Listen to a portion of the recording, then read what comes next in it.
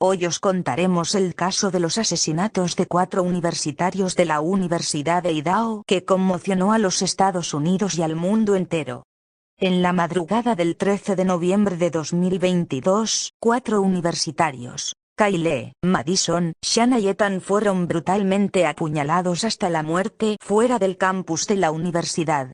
Durante semanas varios agentes de policía investigaron este caso sin descanso, intentando encontrar pistas y pruebas, y este caso se volvería viral en las redes sociales.